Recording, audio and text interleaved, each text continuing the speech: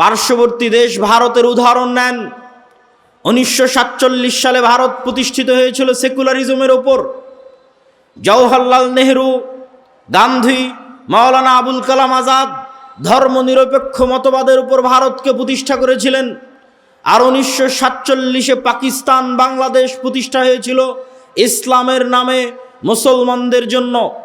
কিন্তু আজ 70 বছর পর, 75 বছর পর 2025 সালে এসে দুঃখজনক হলেও সত্য, ভারত তাদের দিন হিন্দুত্ববাদ একটি ভ্রান্ত দিন হওয়ার পরেও, হিন্দুত্ববাদ একটি বাতিল দিন হওয়ার পরেও ভারত রাষ্ট্রীয়ভাবে হিন্দুত্ববাদের উপর গত 10 বছর ধরে প্রতিষ্ঠিত আছে, পৃথিবীর কাউকে পরোয়া করে না। আর তার বিপরীতে বাংলাদেশ এবং পাকিস্তান 1947-এ ইসলামের নামে তৈরি হলো। আজ 70 বছর পর পাকিস্তান আর বাংলাদেশ পাল্লা দিয়ে ধর্মনিরপেক্ষ রাষ্ট্র, পাল্লা দিয়ে সেকুলার কান্ট্রি হওয়ার জন্য বিশ্বের কাছে কেমনে তুলে ধরা যায় যে না, আমরা কট্টর ইসলামপন্থী নই, আমরা কট্টর মুসলমান নই, আমরা উদারপন্থী ধর্মনিরপেক্ষ মতবাদে বিশ্বাসী মুসলমান, এটি তুলে ধরার জন্য পাল্লা দিয়ে প্রতিযোগিতা করতেছে। সম্মানিত উপস্থিতি, গত কয়েকদিন আগে আপনারা দেখেছেন যে বাংলাদেশের চাঁপাইনবাবগঞ্জ সীমান্তে বিজিবি এবং বিএসএফের যে উত্তেজনা, এই উত্তেজনাকে কেন্দ্র করে দেখবেন আমাদের জেনজি যুবক সমাজ, তরুণ সমাজ ফেসবুক, ইউটিউব, টুইটার, টিকটকে ট্রল করতেছে, ভারতের মানুষদেরকে নিয়ে ট্রল করতেছে। তাদের দাবি অনুযায়ী বাংলাদেশের মানুষ সাহসী, তাদের দাবি অনুযায়ী বাংলাদেশের মানুষ বীর পুরুষ, আর ভারতের মানুষ ভীরু কাপুরুষ, তাদের দাবি অনুযায়ী। আমি তাদেরকে উদ্দেশ্য করে বলতে চাই, আমি বাংলাদেশের যুবক সমাজকে উদ্দেশ্য করে বলতে চাই, যদি তোমরা দাবি করো যে তোমরা সাহসী, যদি তোমাদের বুকে দম থাকে যে তোমরা সাহসী, তাহলে দেখো তোমাদের পার্শ্ববর্তী দেশ ভ্রান্ত হওয়ার পরও তার হিন্দুত্ববাদকে রাষ্ট্রে প্রতিষ্ঠিত করে কট্টরভাবে, বেপরোয়াভাবে হিন্দুত্ববাদের প্রচার সারা পৃথিবীতে করছে, তার দেশে করছে। আর তুমি বলছো আমি সাহসী মুসলমান। তো তুমি যদি সাহসী মুসলমান হও, তোমার দেশেও তুমি ইসলামকে প্রতিষ্ঠা করো। কিন্তু তুমি তো ভীরু কাপুরুষতার সাথে মিনমিন করে বলো যে না আমি সেকুলার। তাহলে ভীরু কাপুরুষ ওই হিন্দু নয়, ভীরু কাপুরুষ তোমরা, ভীরু কাপুরুষ আমরা। সম্মানিত উপস্থিতি, এই যে ছাড় দেওয়ার মানসিকতা নিজের দিনে, এইটা এসেছে গোলামি থেকে, কলোনিয়াল মাইন্ড সেট আপ, ঔপনিবেশিক গোলামি। উপনিবেশ মানে কি? কলোনি কাকে বলে?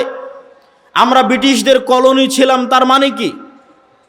তার মানে হচ্ছে আমি যদি ব্রিটিশের একটা অঙ্গরাজ্য হতাম সেটা ভিন্ন কথা, তাহলে ব্রিটিশের অঙ্গরাজ্য হলে আমার স্বাধীনতা আর ব্রিটিশ নাগরিকদের মতোই থাকতো। কিন্তু ব্রিটিশ আমাকে ওর অঙ্গরাজ্যও বানায়নি, আবার আমার থেকে সকল প্রকার ভোগ দখল করেছে, এর নাম কলোনি। তো এই কলোনি যে আপনি তাকে রাষ্ট্রের স্বীকৃতি দিবেন না, যেমন ধরেন যদি ভারতের কথা বলি, তাহলে বাংলাদেশকে ভারত তার অঙ্গরাজ্যও করেনি। অঙ্গরাজ্য করলে তো অন্তত আর 10টা অঙ্গরাজ্যের মতো বাংলাদেশের মানুষ স্বাধীনতা পেত। অঙ্গরাজ্যও করেনি, আবার কলোনি, উপনিবেশ হিসেবে সকল প্রকার সুযোগ সুবিধা আদায় করে নিয়েছে, এর নাম কলোনি, উপনিবেশ। তো এই কলোনিয়াল মাইন্ড সেট আপ, 190 বছর আমরা ব্রিটিশদের গোলাম ছিলাম। ওই 190 বছর ব্রিটিশদের গোলাম থাকার কারণে আমাদের রক্তের মধ্যে আমাদের ব্যক্তিত্ব, আমাদের পার্সোনালিটি, আমাদের স্বাধীন চেতা মনোভাব, আমাদের আপোষহীন মনোভাব ধ্বংস হয়ে গেছে। প্রত্যেকটা সেক্টরে মুসলমান তার চরিত্রের সর্বনিম্ন স্তরের পরিচয় দিয়ে যাচ্ছে। যেমন আপনাদেরকে যদি উদাহরণ হিসেবে বলতে চাই, আপনাদের সামনে, দেবীনগরের মানুষের সামনে যদি উদাহরণ হিসেবে তুলে ধরতে চাই, তাহলে কয়েকটি উদাহরণ আপনাদের সামনে তুলে ধরি। রাসূলুল্লাহ সাল্লাল্লাহু আলাইহি ওয়াসাল্লাম একজন মুসলমানের স্বাধীন চেতা মনোভাব রক্ষা করার জন্য, একজন মুসলমানের উন্নত ব্যক্তিত্ব, আত্মমর্যাদা, আত্মসম্মান রক্ষা করার জন্য তিনি মুসলমানকে ঋণ থেকে, লোন থেকে বাঁচতে বলতেন। নিজে লোন এবং ঋণ থেকে বাঁচার জন্য আল্লাহর দরবারে দোয়া করতেন, আল্লাহুম্মা ইন্নী আউযু বিকা মিনাল মা'সামি ওয়াল মাগরাম। হে আল্লাহ, আমি পাপ থেকে বাঁচতে চাই, লোন থেকে বাঁচতে চাই। আল্লাহুম্মা ইন্নী আউযু বিকা মিনাল হাম্মি ওয়াল হুজন, হে আল্লাহ, আমি দুশ্চিন্তা থেকে বাঁচতে চাই। বলতে বলতে বলতেন ওয়া গালাবাতিদ দাইন, আমি লোন থেকে বাঁচতে চাই। আল্লাহর নবীকে জিজ্ঞেস করা হলো, আপনি কেন এত লোন থেকে বাঁচতে চান, কেন এত কর্জ থেকে বাঁচতে চান? আল্লাহর নবী কখনোই এই লোন, এই কর্জ দ্বারা সুদের লোন বুঝাননি। সুদের লোন তো বহু দূরে। স্বাভাবিকভাবে একজন মুসলমান আর এক মুসলমানের কাছে 500 টাকা ধার নিবে, 1000 টাকা ধার নিবে, এখন দাও কাল সকালে দিয়ে দিব, এখন দাও পরের দিন সকালে দিয়ে দিব। এই ধরনের যে কর্জে হাসানা, এই ধরনের যে ধার, এই ধারের কথা রাসূলুল্লাহ সাল্লাল্লাহু আলাইহি ওয়াসাল্লাম এই দোয়া থেকে বাঁচতে চাচ্ছেন। আল্লাহর নবীকে জিজ্ঞেস করা হচ্ছে, হে আল্লাহর নবী, আপনি কেন এত কর্জ থেকে বাঁচতে চান?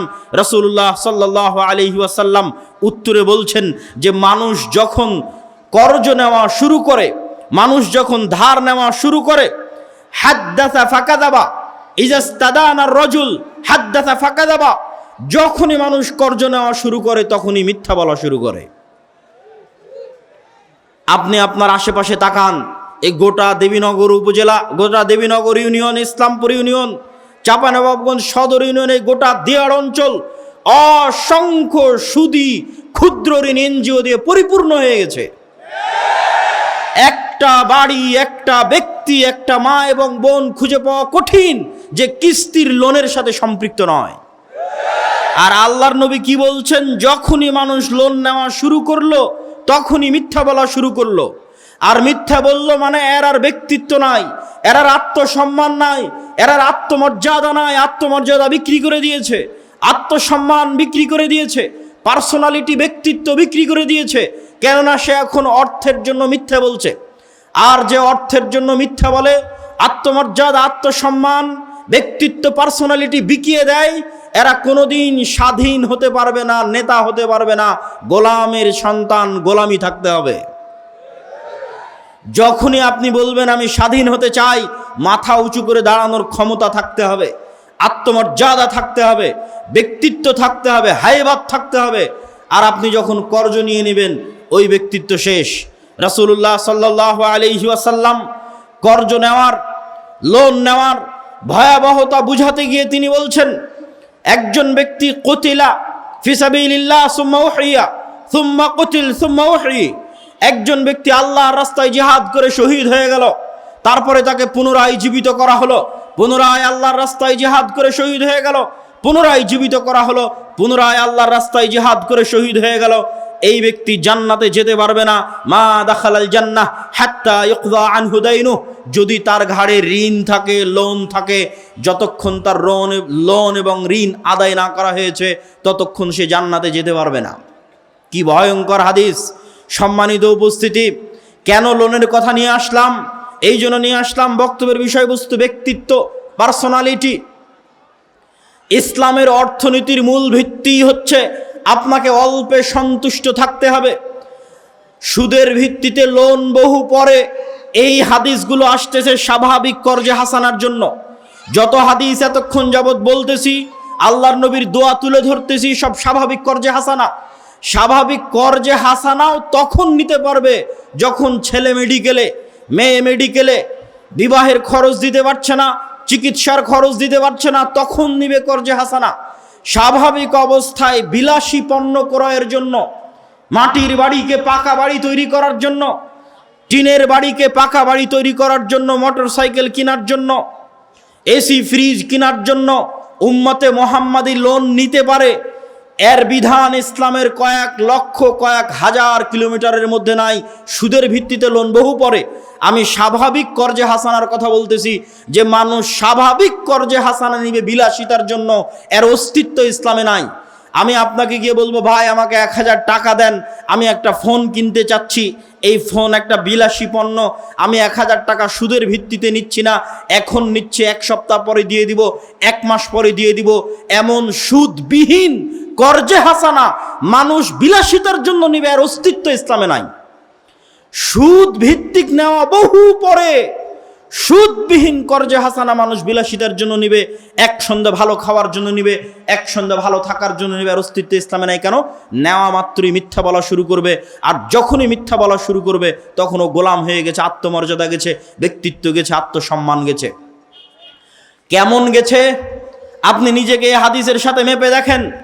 আজকের যুগের মুসলমানেরা এত বেশি পরিমাণে মিথ্যার সাথে যুক্ত, এত বেশি পরিমাণে অন্যায় পরায়ণতার সাথে যুক্ত, এত বেশি পরিমাণে দুর্নীতির সাথে যুক্ত, যে আজকের যুগের মুসলমানদের চরিত্র যদি আপনি তুলনা করেন তাহলে মক্কার কাফের মুশরিক কুরাইশদের চরিত্র আজকের যুগের মুসলমানদের চেয়ে ভালো ছিল।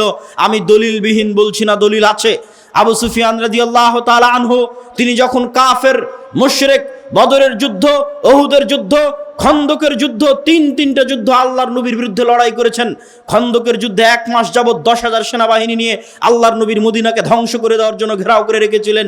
ওই আবু সুফিয়ান যখন হুদাইবিয়ার সন্ধিকালীন সময়ে সিরিয়ার সফর করছেন, জেরুজালেমের সফর করছেন, ব্যবসায়িক সফর, তখন আল্লাহর নবী চিঠি লিখেছেন বাদশাহ হিরাক্লিয়াসের কাছে, দিনের দাওয়াত দিয়ে, ইসলামের দাওয়াত দিয়ে। বাদশাহ হিরাক্লিয়াস চিঠি দেখে বলছে, চিঠি লিখেছে আরবি, দেখো জেরুজালেমে এখন কোনো অ্যারাবিয়ান আরবি কেউ আছে কিনা। খুঁজে পাওয়া গেল আবু সুফিয়ানকে, নিয়ে আসা হলো আবু সুফিয়ানকে। কোনো লাইভ ক্যামেরা নাই, কোনো রেকর্ডার নাই, কোনো যান্ত্রিক এরকম কিছু বস্তু নাই যে আবু সুফিয়ানের এই কথাকে ধরে রাখবে যে আবু সুফিয়ান সত্য বলছে না মিথ্যা বলছে। ওই অবস্থায়, কাফের অবস্থায়, মুশরিক অবস্থায়, নিজের চিরন্তন শত্রুর বিষয়ে আবু সুফিয়ান রাদিয়াল্লাহু তাআলা আনহু একটাও মিথ্যা কথা বলেননি। আর আজকে আপনি বাংলাদেশের এক রাজনৈতিক দলের নেতাকে জিজ্ঞেস করেন, আর এক রাজনৈতিক দলের নেতা সম্পর্কে বলার জন্য সব কথা মিথ্যা বলবে। কেননা এই গণতান্ত্রিক রাজনীতি টিকেই আছে মিথ্যার উপর। যে যত বেশি মিথ্যার চর্চা করতে পারবে সে তত বেশি ভোট পাবে। তাহলে মিথ্যার উপর প্রতিষ্ঠিত একটা সমাজ কিভাবে স্বাধীনতার স্বপ্ন দেখতে পারে, কিভাবে দেশ ও জাতিকে নেতৃত্ব দেওয়ার স্বপ্ন দেখতে পারে? অথচ ততক্ষণ নেতা হওয়া সম্ভবই না যতক্ষণ না আপনার ব্যক্তিত্বে ন্যায় যুক্ত না হয়েছে, ন্যায় পরায়ণতা যুক্ত না হয়েছে। রাসূলুল্লাহ সাল্লাল্লাহু আলাইহি ওয়াসাল্লাম বলছেন, লা তাকুমু সাআহ হাত্তা ইয়ানজিলা ঈসা ইবনে মারইয়াম, ততক্ষণ পর্যন্ত কিয়ামত হবে না যতক্ষণ না মারিয়ামের সন্তান ঈসা পৃথিবীতে নেমে না আসছে। মারিয়ামের সন্তান ঈসা পৃথিবীতে নেমে এসে ইয়াকসিরুস সালিব, ক্রুশকে ভেঙে দিবে, ওয়াকতুলুল খিনজির, শুকুরকে হত্যা করবে, হারাম ঘোষণা করবে, আর সমগ্র পৃথিবীতে হাকামান মুকসিতা, ন্যায় বিচার প্রতিষ্ঠা করবে। সমগ্র পৃথিবীতে মারিয়ামের সন্তান ঈসা ন্যায় বিচার প্রতিষ্ঠা করবে, আল্লাহর নবী বলছেন। আর ন্যায় বিচার প্রতিষ্ঠা করা মাত্র ইয়াকসিরুল মাল, টাকা পয়সা এত বেশি হয়ে যাবে যে টাকা নেওয়ার মতো মানুষ থাকবে না, এত বেশি হয়ে যাবে।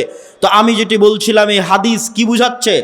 এই হাদিস রাষ্ট্র ক্ষমতা ইসলামের ব্র্যান্ডিং। ব্র্যান্ডিং মানে কোন মোটরসাইকেল, একটা মোটরসাইকেলের ব্র্যান্ডিং আছে যে ও কম তেলে বেশি কিলোমিটার চলে, আর এক মোটরসাইকেলের ব্র্যান্ডিং আছে বেশি স্পিডে চলে, এক একটার এক এক রকম ব্র্যান্ডিং। তো ইসলাম রাষ্ট্র ক্ষমতায় যাবে, তার ব্র্যান্ডিং হচ্ছে ইসলাম রাষ্ট্র ক্ষমতায় গেলে ন্যায় বিচার প্রতিষ্ঠা করবে, ন্যায় পরায়ণতা প্রতিষ্ঠা করবে, এটা ইসলামের রাষ্ট্র ক্ষমতার ব্র্যান্ডিং। শুধু তাই নয়, রাসূলুল্লাহ সাল্লাল্লাহু আলাইহি ওয়াসাল্লাম আর এক হাদিসে বলছেন, 7 শ্রেণীর মানুষকে কিয়ামতের মাঠে বিশেষ ছায়া দেওয়া হবে, যার 1 নাম্বার সব ইবাদতকে ছাপিয়ে যে 1 নাম্বার স্থান করে নিয়েছে। তাহাজ্জুদের সালাত, রাতের ইবাদত, নফল সিয়াম, সালাত সিয়াম থেকে শুরু করে যত দান থেকে শুরু করে যত ইবাদতের জগতে যত ইবাদত আছে সবকে ছাপিয়ে 1 নাম্বার স্থান করে নিয়েছে। যেই দায়িত্বশীল, ন্যায়পরায়ণ, ওই ন্যায়পরায়ণ দায়িত্বশীলকে আল্লাহ বিশেষ ছায়া দিবে। মানে ন্যায় ছাড়া দায়িত্ব পালন করা, ন্যায় ছাড়া নেতা হওয়া ইসলামের দৃষ্টিতে অসম্ভব, ইম্পসিবল। তো যতই আপনি লিল্লাহে তাকবীর দেন, যতই আপনি ভোটের বক্তব্য দেন, যতই আপনি ইকামতে দ্বীনের বক্তব্য দেন, যতক্ষণ না একটা প্রজন্ম তৈরি না হয়েছে যেই প্রজন্ম ন্যায়ের উপর প্রতিষ্ঠিত হবে, সত্যবাদিতার উপর প্রতিষ্ঠিত হবে, কোনো কিছুর সাথে আপোষ করবে না, নিজের দ্বীনের উপর কট্টর কনফিডেন্ট হবে, এরকম একটা প্রজন্ম যতক্ষণ তৈরি না হয়েছে ততক্ষণ রাষ্ট্রে কখনো ইসলাম প্রতিষ্ঠা করা সম্ভব নয়। শুধু সম্ভব নয় তা নয়, এর উল্টাটা ঘটবে। উল্টাটা ঘটবে মানে আপনাকে বুঝাই, ন্যায়পরায়ণতা আপনারা এখন চেক করেন। আমি কয়েকটা উদাহরণ দেবো, এই উদাহরণগুলো দিয়ে চেক করেন। আপনাদের দেবীনগরে যৌতুকের ভিত্তিতে বিবাহ হয় না? ডিমান্ডের ভিত্তিতে বিবাহ হয় না? হয় না? হয়। ন্যায় অন্যায় মানে ইবাদতের সাথে সম্পৃক্ত নয়। ন্যায় অন্যায় মানে মানুষের সাথে সম্পৃক্ত। ন্যায় অন্যায় মানে মানুষের সাথে সম্পৃক্ত। তো একটা মেয়ের যখন যৌতুকের ভিত্তিতে বিবাহ হচ্ছে তখন এটি ন্যায় না অন্যায়? অন্যায়। তো যেই মুসলমান কাজী, হাজি, নামাজি, আল্লাহওয়ালা, দানবীর এই যৌতুকের বিবাহের সাথে সম্পৃক্ত, যেই যুবক এই যৌতুকের বিবাহের সাথে সম্পৃক্ত, এরকম অন্যায়পরায়ণ ব্যক্তিদেরকে যদি আপনি ক্ষমতায় বসান, এরা যদি ভোট দিয়ে লিল্লাহে তাকবীর বলে ইসলামের নাম বলে ক্ষমতায় চলে যায়, তো গত 16 বছর যা দুর্নীতি হয়েছে এর চেয়ে বেশি দুর্নীতি করবে। কেন? রক্তের মধ্যে মিশে আছে অন্যায়পরায়ণতা। ও আর একজন পিতার কন্যার সাথে এবং ওই পিতার সাথে অন্যায়পরায়ণতা করেছে, ওকে রাষ্ট্রের দায়িত্ব দিলে এর চেয়ে বড় দুর্নীতিবাজ হবে। শুধু তাই নয়, পিতার সম্পত্তি বন্টনের ক্ষেত্রে দেখবেন যে আপনি ন্যায়পরায়ণ কিনা মাপেন নিজেকে। পিতার সম্পত্তি বন্টনের ক্ষেত্রে বোনকে, যেটা নদীতে পানিতে ডুবে আছে ওই জমি দিয়েছে বোনকে, আর যেটা উঁচা ধুলাউড়ি হাটে ওই জমি নিয়েছে নিজে। তার মানে এটি অন্যায়পরায়ণতা। তো এই রকম যত অন্যায়পরায়ণ ব্যক্তি আছে, এই ধরনের অন্যায়পরায়ণ ব্যক্তিকে ক্ষমতায় বসাবেন, এর চেয়ে বড় দুর্নীতিবাজ হবে। আজকে বোনের সম্পত্তি মেরে দিয়েছে, কাল গোটা দেশের সম্পত্তি মেরে দিবে। সম্মানিত উপস্থিতি, কি বুঝাতে চাচ্ছি? বুঝাতে চাচ্ছি নেতা হতে হলে ব্যক্তিত্ব লাগবে, নেতা হতে হলে পার্সোনালিটি লাগবে, আত্মসম্মান লাগবে, আত্মমর্যাদা লাগবে। আর যখনই মানুষ মিথ্যা বলে আত্মসম্মান শেষ, যখনই মানুষ আরেকজনের প্রতি অন্যায় করে আত্মসম্মান শেষ। এই ন্যায়পরায়ণতার মাপকাঠিগুলো দিয়ে আপনারা নিজেদের মাপতে পারেন। তো এই ধরনের ব্যক্তিগুলোকে ইসলামের সংজ্ঞায় কি বলা হবে? গত 16 বছর এরকম অসংখ্য এসিল্যান্ড, সাব রেজিস্ট্রার, মন্ত্রী, minister, OC, SP, DC, principal, প্রধান শিক্ষক অতিক্রম হয়ে গেছে, যারা বেশিরভাগই হয় সালাত আদায়কারী, না হয় হজ পালনকারী, না হয় দানবীর। কেউ তো এমনও গেছে যে প্রশ্ন ফাঁস করে সেই টাকা আল্লাহর রাস্তায় দান করেছে। তো তাদেরকে আপনি কি দিয়ে সংজ্ঞায়িত করবেন? কিন্তু ওই দায়িত্ব পালনের সময় সে খেয়ানত করছে।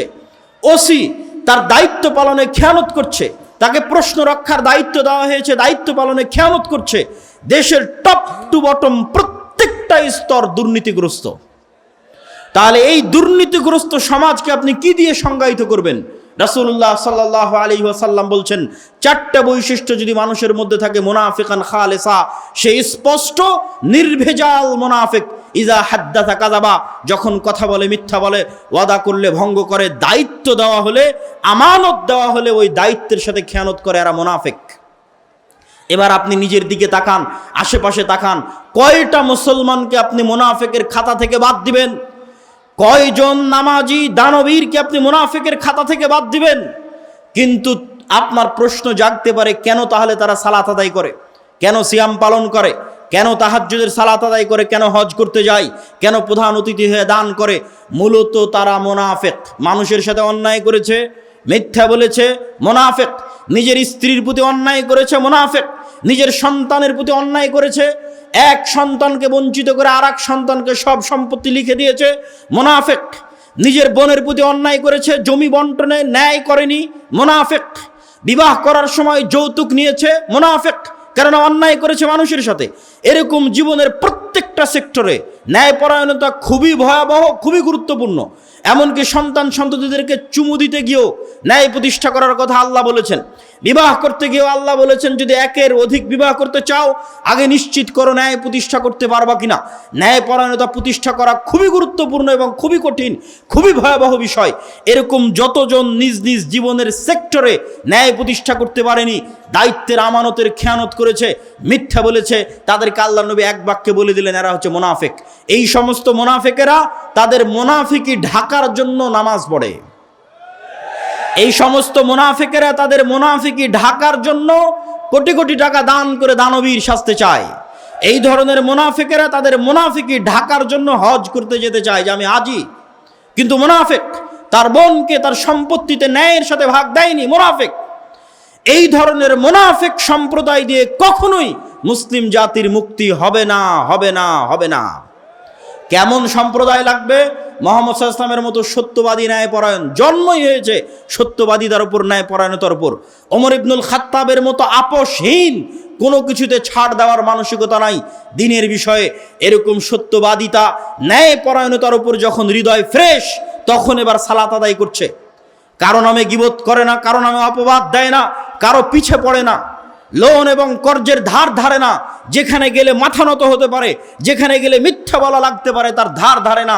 এরকম সত্যবাদী, আমানতদার, ন্যায়পরায়ণ একদল প্রজন্ম যদি দাঁড়িয়ে যায়, তো ওই প্রজন্ম যখন সালাত আদায় করবে, সিয়াম পালন করবে, হজ করবে, দান করবে, ওমরা করবে, ওই প্রজন্মের হাত দিয়ে ইসলামের বিজয় হবে ইনশাআল্লাহ। অতএব আমি উপস্থিত দেবীনগরের আজকের উপস্থিত মুসল্লিদের উদ্দেশ্যে উদাত্ত আহ্বান জানিয়ে বলতে চাই যে আপনাদের ব্যক্তিত্ব, আপনাদের পার্সোনালিটি, আপনাদের আত্মমর্যাদা, আত্মসম্মানকে হেফাজত করুন, রক্ষা করুন। একজন মুসলমানের যেমন হওয়া উচিত। মুসলমানদের অবস্থা দেখলে আমার নিজের লজ্জা লাগে। যখন আমেরিকা এবং ইউরোপে দেখি মুসলমানেরা মিথ্যার উপর তার রুজি পরিচালনা করছে, মিথ্যা বলে ইউরোপে প্রবেশ করেছে, মিথ্যা বলে আমেরিকায় গেছে, মিথ্যা বলে ইনকাম করছে, মিথ্যা বলে আর এক কাফের মুশরিকের কাছে অতিরিক্ত টাকা কামানোর জন্য মিথ্যা বলতেছে, পুরো জীবনটা মিথ্যার উপর পার করে দিচ্ছে। এরকম মিথ্যুক জাতি দিয়ে কিভাবে নেতা হবে, কিভাবে মুক্তি পাবে? অসম্ভব, হতে পারে না। আপনাকে আপনার দিনের উপর কট্টর হতে হবে, সত্যবাদিতা এবং ন্যায়পরায়ণতায় ফিরে আসতে হবে। শুধু তাকবীর ধ্বনি দিয়ে, শুধু ভোটের বক্তব্য দিয়ে, গণতন্ত্রের বক্তব্য দিয়ে ইসলামকে বিজয় করা সম্ভব নয়। সম্মানিত উপস্থিতি, বক্তব্যের শেষের দিকে চলে এসেছি। আজকে দেখছি আমরা ইসলামকে বিজয় করার জন্য, সামগ্রিকভাবে বিজয় করার জন্য এই মৌলিক বিষয়গুলোর প্রতি ফোকাস না করে এখনই হাজার হাজার কোটি কোটি মানুষের ভোট নিয়ে ক্ষমতায় চলে যেতে হবে। এই যে টেন্ডেন্সি, ডেমোক্রাসিকে রব মানার, ইলাহ মানার, গণতন্ত্রকে ইলাহ বানিয়ে দেওয়ার যে টেন্ডেন্সি, যে মন মানসিকতা, সমাজতন্ত্র, ধর্মনিরপেক্ষ মতবাদকে ইলাহ বানিয়ে দেওয়ার মন মানসিকতার উপর কুঠারাঘাত করেছেন আল্লামা ইকবাল। আল্লামা ইকবাল বলেছেন, আজকের আধুনিক যুগের আজরেরা তারা সোয়ায়ে হ্যাঁ খোদা ওর। আজকের আধুনিক যুগের আজর মানে ইব্রাহিমের পিতা আজর মূর্তি বানিয়েছিল, আজকের যুগের আজরেরা নতুন মূর্তি বানিয়েছে। ইনসারে খুদাও মে বড়া সবসে ওয়াতান হ্যাঁ। আজকে মানুষ ইবাদতের জন্য যত মূর্তি বানিয়েছে, তার মধ্যে একটা গণতন্ত্র, একটা সমাজতন্ত্র, একটা ধর্মনিরপেক্ষ মতবাদ, সেকুলারিজম। এই মূর্তিগুলোর আজকের যুগে মানুষ পূজা করতেছে, আজকের যুগে মানুষ ইবাদত করতেছে। অথচ তাওহীদ মানে আমাই ইয়াকফুর বিত্তাগুত ওয়া ইউমিন বিল্লাহ, আগে তাগুতকে অস্বীকার করতে হবে, তারপরে ঈমান আনয়ন করতে হবে। ঈমান আনয়ন মানে, তাওহীদ মানে ইব্রাহিম আলাইহিস সালাতু ওয়াস সালামের আদর্শ। কাফারনা বিকুম ইন্না বুরাউম মিনকুম বারিউম মিম্মা তুশরিকুন। এগুলো ইব্রাহিম আলাইহিস সালামের নিজের মুখের বাক্য, যে আমি তোমাদের থেকে মুক্ত, আমি অস্বীকার করছি ওই সমস্ত মূর্তির, ওই সমস্ত শিরকের যার তোমরা পূজা করো। আজকে যদি মুসলমানেরা বলতে চায় যে হ্যাঁ তাদের ঈমান পরিপূর্ণ, তাহলে আগে এই সমস্ত নতুন মূর্তিগুলোকে অস্বীকার করতে হবে। এই মূর্তিগুলোর মূলা ঝুলিয়ে, গণতন্ত্র নামক এই নতুন ইলাহের মূলা ঝুলিয়ে কোনোদিন মুসলমানেরা রাষ্ট্র ক্ষমতায় যেতে পারেনি। ইসলাম কোনো দিন যেতে পারবে না। যদি কখনো যায় তাহলে সেটা হবে কম্প্রোমাইজড, বিকৃত ইসলাম। অবিকৃত ইসলাম পূর্ণাঙ্গ ক্ষমতার সাথে রাষ্ট্র ক্ষমতায় যাবে, তার পথ পদ্ধতি হবে ভিন্ন। তার পথ পদ্ধতি শুরুই হবে দাওয়াত দিয়ে। আল্লাহ চাইলে মুসা আলাইহিস সালাতু ওয়াস সালামকে বলতে পারতেন যে যাও, তোমাকে মুজিজার লাঠি দিলাম, এই লাঠি দিয়ে ফেরাউনকে হত্যা করো, দিয়ে ক্ষমতা দখল করো না। আল্লাহ মুসা আলাইহিস সালামকে ব্যক্তিত্ব দিয়ে, পার্সোনালিটি দিয়ে, আত্মমর্যাদা দিয়ে, আত্মসম্মান দিয়ে, উন্নত চরিত্র দিয়ে তৈরি করেছেন। গোলাম হিসেবে মিথ্যার উপর, ধোঁকার উপর, দুর্নীতির উপর তৈরি করেননি। যখন বানু ইসরাইল গোলাম, যখন বানু ইসরাইল জীবন যাপন করছে মিথ্যার উপর, গোলামির উপর, তখন আল্লাহ মুসা আলাইহিস সালামকে ওই গোলামি থেকে মুক্তি দিয়ে ফেরাউনের বাড়িতে পূর্ণ আত্মমর্যাদার সাথে, আত্মসম্মানের সাথে মানুষ করেছেন, যেন মুসা আলাইহিস সালামের আত্মমর্যাদা, আত্মসম্মান, ব্যক্তিত্ব কোনো কমতি না থাকে। নেতৃত্ব দিতে হলে, নেতা হতে হলে পূর্ণ আত্মমর্যাদা লাগবে, আত্মসম্মান লাগবে, তবে নেতা হওয়া যাবে। আর যে গোলাম অবস্থায় মানুষ হয়েছে, নেতা হতে পারবে না। তো মুসা আলাইহিস সালামকে আল্লাহ দাওয়াত দিতে পাঠালেন তার ব্যক্তিত্বের সাথে। ইউসুফ আলাইহিস সালাতু ওয়াস সালামকে আল্লাহ চাইলে জিবরাইলকে পাঠিয়ে কুয়া থেকে তখনই উঠিয়ে বাপের কাছে ফেরত পাঠাতে পারতেন, পাঠাননি। ইউসুফ আলাইহিস সালাতু ওয়াস সালামকে আল্লাহ লম্বা পরীক্ষার মধ্যে দিয়ে পার করেছেন। যে লম্বা পরীক্ষার মধ্যে দিয়ে ইউসুফ আলাইহিস সালামের ব্যক্তিত্ব তৈরি হয়েছে, শাখসিয়াত তৈরি হয়েছে, পার্সোনালিটি তৈরি হয়েছে, নেতৃত্বের গুণ তৈরি হয়েছে, মিথ্যার সাথে আপোষহীনতা তৈরি হয়েছে, এবং সত্যের উপর অটল এবং অবিচল থাকার মানসিকতা তৈরি হয়েছে, নিজের দিনের বিষয়ে ছাড় না দেওয়ার মানসিকতা তৈরি হয়েছে। এই মানসিকতাগুলো নিয়ে যখন তিনি বাতিলের সামনে দাঁড়িয়েছেন, যখন তিনি দাওয়াতের ময়দানে গেছেন, তখন তিনি পরীক্ষার মুখোমুখি হয়েছেন, আস্তে আস্তে সফল হয়েছেন। সম্মানিত উপস্থিতি, আমাদের ওই রকম একটা প্রজন্ম লাগবে, ওই রকম একদল যুবক লাগবে যারা মিথ্যা বলা জানে না, যাদের জীবন চলে গেলেও মিথ্যার সাথে আপোষ করবে না, যারা জীবনের প্রত্যেকটা সেক্টরে সত্য বলে, যারা হারাম থেকে পবিত্র, হারামের সংস্পর্শে গেলে অপবিত্র হয়ে যাবে, হারাম ইনকামের সংস্পর্শে গেলে অপবিত্র হয়ে যাবে, হারাম থেকে পবিত্র, ন্যায়পরায়ণ, দুনিয়ার কোনো মানুষের প্রতি অন্যায় করে না, না পিতা মাতার প্রতি, না সন্তানের প্রতি, না বোনের প্রতি, না ভাইয়ের প্রতি, না নিজ দায়িত্বের প্রতি, অটল শতভাগ ন্যায়পরায়ণ। এমতো অবস্থায় যদি ও তাওহীদপন্থী হয়, নিজের দিনের উপর ওই ইহুদিদের মতো, ইহুদিরা যেমন ভ্রান্তির উপর অটল, আজকের ভারতের হিন্দুরা যেমন তার ভ্রান্তির উপর অটল, কট্টর, এইরকম একদল মুসলমান দাঁড়িয়ে যদি বলতে পারে হ্যাঁ আমরা আমাদের নবীর দ্বীনে ইসলামের উপর অটল, মুহাম্মদ সাল্লাল্লাহু আলাইহি ওয়াসাল্লামের প্রত্যেকটা আদর্শের উপর, মুহাম্মদ সাল্লাল্লাহু আলাইহি ওয়াসাল্লামের প্রত্যেকটা কথার উপর ইট পাথরের মতো অটল, এইরকম অটল মানসিকতা নিয়ে একদল যুবক যদি দাওয়াতি কাজ শুরু করে, ক্ষমতার কেন্দ্রবিন্দুতে আঘাত করে, পূর্ণ ব্যক্তিত্বের সাথে, পূর্ণ পার্সোনালিটির সাথে তারা পরীক্ষার মুখোমুখি হবে, কিন্তু তাদের হাত দিয়ে ইসলামের বিজয় পতাকা উড়বে ইনশাআল্লাহ। আমি আপনাদের কাছে আজকের দেবীনগরের এই মাটিতে এই ধরনের একদল যুবকের প্রত্যাশা করি যে এই আলোচনাগুলো শুনে, এই বক্তব্যগুলো শুনে অন্তত আপনাদের এই চারিত্রিক দিকটা সংশোধন হোক, অন্তত ন্যায়পরায়ণ হওয়ার চেষ্টা করেন, সত্যবাদী হওয়ার চেষ্টা করেন, নিজের দিনের উপর অটল থাকেন।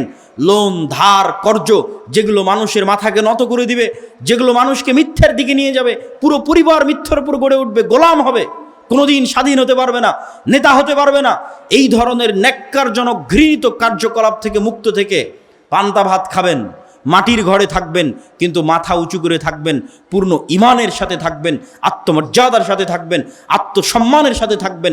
এরকম একটা পরিবার থেকে, এরকম একদল যুবক থেকে ইসলামের বিজয় হবে ইনশাআল্লাহ। সম্মানিত উপস্থিতি, আমি বক্তব্যের শেষের দিকে চলে এসেছি। আর দাওয়া ইলাল্লাহর এই যে আয়োজন, এই যে কার্যক্রম, আর দাওয়া ইলাল্লাহ কি? আর দাওয়া ইলাল্লাহর ব্র্যান্ডিং হচ্ছে মসজিদ ভিত্তিক মক্তব। আপনাদের অত্র চাঁপাইনবাবগঞ্জ অঞ্চলেরও বহু মক্তবের শিক্ষককে আমরা প্রশিক্ষণ দিয়েছি। সারা বাংলাদেশের 500-র অধিক মক্তবের শিক্ষককে আমরা প্রশিক্ষণ দিয়েছি। আমাদের যাতায়াত খরচ, আমাদের থাকা খাওয়া, আর দাওয়া ইলাল্লাহ জামিয়া সালাফিয়ার দাওয়া থাকা খাওয়া যাতায়াত খরচের উপর ভিত্তি করে এই প্রশিক্ষণগুলো হয়েছে। এই কার্যক্রমকে আরও বেগবান করতে হবে, আরও সর্বত্র ছড়িয়ে দিতে হবে। আল জামিয়া সালাফিয়ার কথা ভোলা যাবে না। আল জামিয়া সালাফিয়া বাংলাদেশের এমন এক ব্যতিক্রমধর্মী প্রতিষ্ঠান।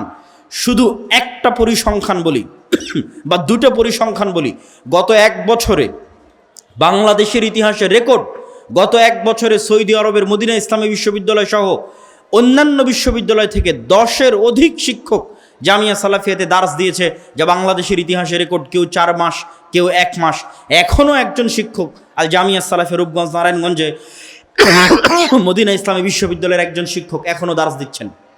2, এটি বাংলাদেশের একমাত্র প্রতিষ্ঠান যেটি কওমি প্রতিষ্ঠান হওয়ার পরও থাকা খাওয়া খরচ যেখানে মাত্র 3,000 থেকে 3,500 আর 10টা কওমি মাদ্রাসার মতো, এরকম একটি কওমি মাদ্রাসা হওয়ার পরও বিদেশি শিক্ষক, ভারত পাকিস্তান থেকে শুরু করে অন্যান্য দেশের 5-এর অধিক বিদেশি শিক্ষক, যাদের বেতন 80,000 টাকারও বেশি, এরকম বিদেশি শিক্ষক এই প্রতিষ্ঠানে থাকে। এই প্রতিষ্ঠানের লক্ষ্য এবং উদ্দেশ্য হচ্ছে দেশে উন্নত শিক্ষা দেওয়া। আমরা যেমন মসজিদ ভিত্তিক মক্তব নিয়ে কাজ করছি, ঠিক তেমনি আল জামিয়া সালাফের অধিভুক্ত হতে পারবে এরকম যে শিক্ষা প্রতিষ্ঠানগুলো আছে। আমি জানি এই দেবীনগর আলেম ওলামার ভূমি, এই দেবীনগর মসজিদ মাদ্রাসার ভূমি। সেই ব্রিটিশ বিরোধী আন্দোলন থেকে এখানে কোরআন এবং সহিহ হাদিসের চর্চা হয়ে আসছে। এই অঞ্চলের মাদ্রাসাগুলোকে আমরা উদাত্ত আহ্বান জানাবো যে তারা তাদের শিক্ষার মানকে উন্নত করার জন্য আল জামিয়া সালাফিয়ার সাথে অধিভুক্ত হয়ে জামিয়া সালাফিয়ার সিলেবাস অনুযায়ী জামিয়া সালাফিয়ার শিক্ষকদের ট্রেনিং নিয়ে তাদের মাদ্রাসার শিক্ষার মানকে উন্নত করুক। মসজিদগুলোকে উদাত্ত আহ্বান জানাবো যে তাদের মক্তবগুলোকে আমাদের মসজিদে পাঠিয়ে আমরাই খরচ দিয়ে নিয়ে যাব, আমাদের জামিয়া সালাফিয়াতে পাঠিয়ে ট্রেনিং নেওয়ার মাধ্যমে তাদের মক্তবের শিক্ষাগুলোকে উন্নত করুক। সর্বশেষে মাসিক আল ইতিসাম, যেখানে আমি নিজে নিয়মিত লিখি, মাসিক আল ইতিসামের সম্পাদকীয় পড়ে দেখবেন এই মাসের সম্পাদকীয় আছে মুসলমানদের দামেস্ক বিজয়, জেরুজালেম বিজয়ের দ্বার প্রান্তে মুসলিম উম্মাহ। এই যে আধুনিক সমসাময়িক যে বিষয়গুলো আছে, এই বিষয়গুলোর লেখনী মাসিক আল ইতিসামে পাবেন। আমি জানি না দেবীনগরে আসে কিনা, এসে না থাকলে জরুরি ভিত্তিতে নেওয়ার চেষ্টা করবেন। সর্বোপরি আমি স্বেচ্ছাসেবকদের উদাত্ত আহ্বান জানাবো যে আপনারা যারা সংগ্রহ করতে চান সহযোগিতা, তারা আপনারা ভেতরে ঢুকে পড়েন। আর সহযোগিতার জন্য আমি এতটুকু বলবো যে পৃথিবীর সবচেয়ে শক্তিশালী ইবাদত হচ্ছে দান। সবচেয়ে শক্তিশালী কি জন্য?